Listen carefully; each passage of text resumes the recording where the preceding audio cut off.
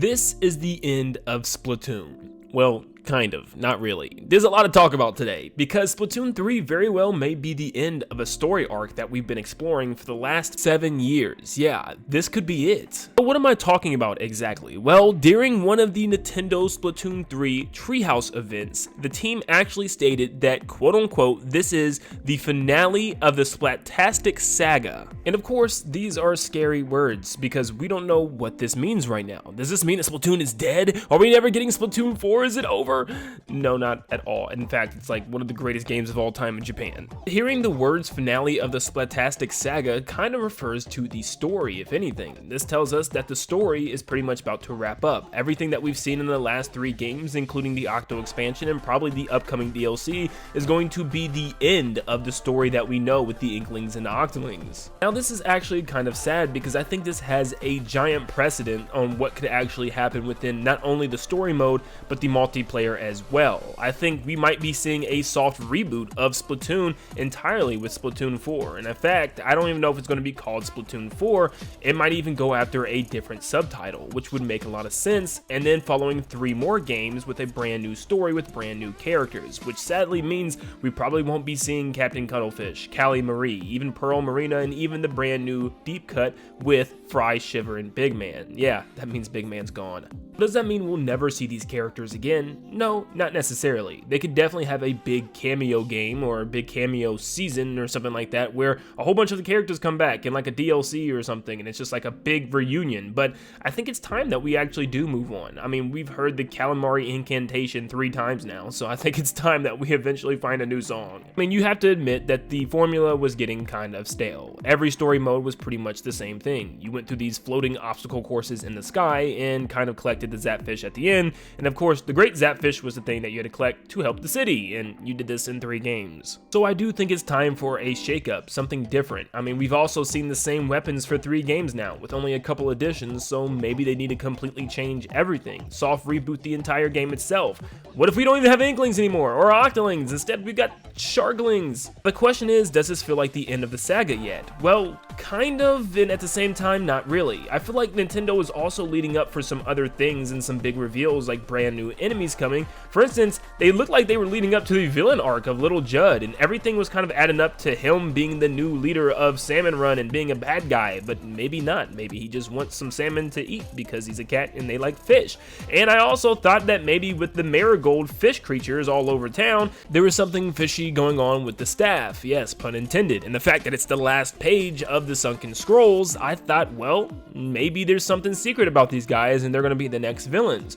Well, we haven't seen anything like this, and if this is the end of the story, it's kind of over already. Now, like I said, there is one DLC left, and this is the one with Pearl and Marina and the band Damp Socks. I don't know what it's going to be about. I don't know if it's actually like a full-fledged adventure mode. I don't know if it's just going to be more kind of story mode missions like we've already been getting. And yeah, I don't even know who the main villain's going to be. So maybe it's Little Judd or the Marigold, and maybe that's where they take over, or maybe it's somebody we've seen in the past.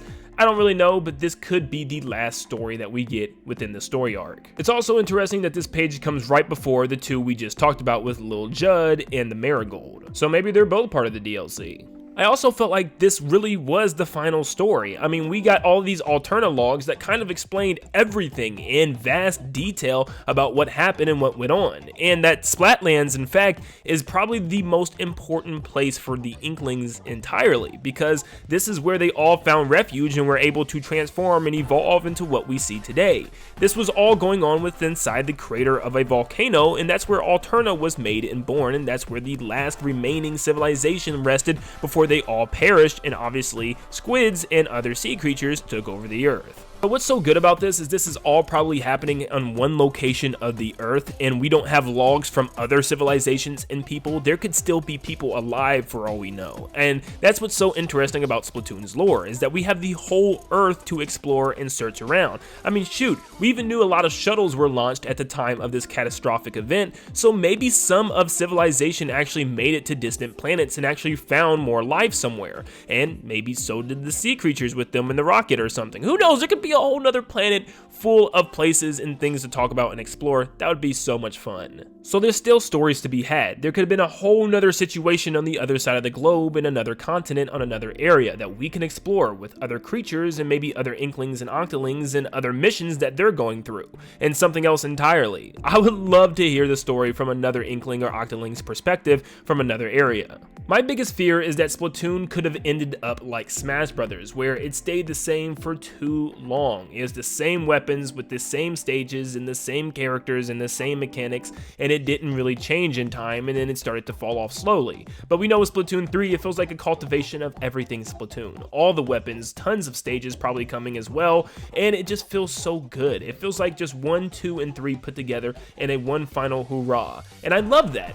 But I think it's time for change, and I think that's what Smash Brothers needs so much right now, is that we've been tired of the same Mario, Zelda, Ganondorf moveset. It's time for new movesets, it's time for new experiences with these characters, and I think we could finally see that in a reboot with Splatoon 4, or whatever it's called, because I still don't think they're going to go with Splatoon 4. Does that mean we're not going to see any of the same weapons ever again? Not necessarily, but I think the versions of the weapons that we see could be changed and have brand new moves and just kind of work differently. They could rework the way the rollers work and maybe the way guns shoot. Maybe guns shoot further now and kind of have longer range and kind of changes the meta of Splatoon a little bit.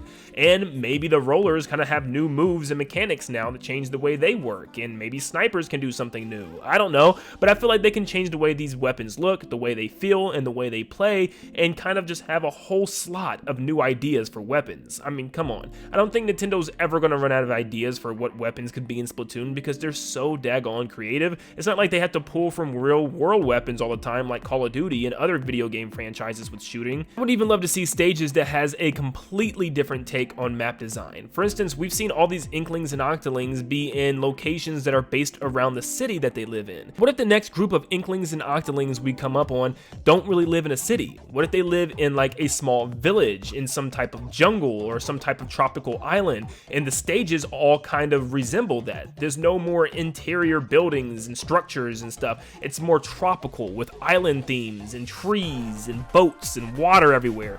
That would be so cool. And of course, I think the thing that could benefit from this the most is also the campaign, because I think it's time that we see a grand adventure Splatoon instead of one where we're just kind of rushing through missions on floating platforms in the sky. I would love a full-fledged 3D adventure mode where you have all your weapons in your kit and you can use them whenever you want and switch out to a sniper in order to hit something up on a cliff. Oh, someone's rushing you, pull out your splatter shot. There's a giant rock or enemy in the way, pull out your splat roller. This stuff would be so cool. If you had to hurry up and get away from something chasing you, hurry up and pull out your ink brush. I feel like Nintendo has done pretty much everything they could with the current method for their story modes, and I would love to see a complete rehaul with that as well.